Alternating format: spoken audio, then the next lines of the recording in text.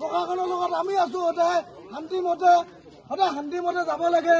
আপোনালোকে সদায় বেয়া কৰিছে ইয়াত পৰিস্থিতি। আপোনালোকে অলৰেডি দেৱী পুখুৰী দিয়া হৈছে ছট পূজাৰ কাৰণে, আকৌ আমাৰ ন পুখুৰীটো আপোনালোকে কৰিব বিচাৰিছে। দেৱী পুখুৰীটো দিয়া হৈছে দেখোন। পুলক চেতিয়া জগৰীয়া আজিৰ দিনটোৰ কাৰণে অসমীয়া হিচাপে পুলক চেতিয়া জগৰীয়া